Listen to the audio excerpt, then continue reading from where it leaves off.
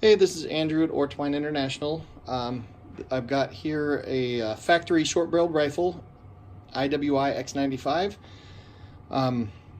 This is a law enforcement demo model.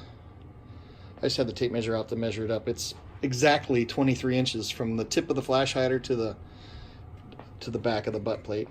But I figured I'd just do a quick video just showing it off. It's pretty nice. I haven't taken it out and shot it yet, but it looks really nice. You've all seen how these X95s work. The 16-inch version is no different than this, other than it doesn't have the thick butt pad to make it the legal non-SBR length, and this has a 13-inch barrel instead of a 16-inch barrel. Inside the box comes with a P-mag, a couple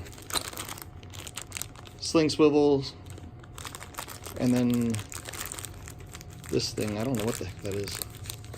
I'll have to research that.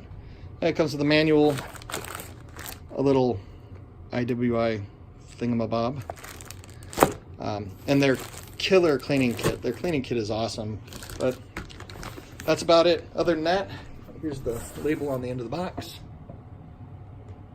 XB13 SBR LE.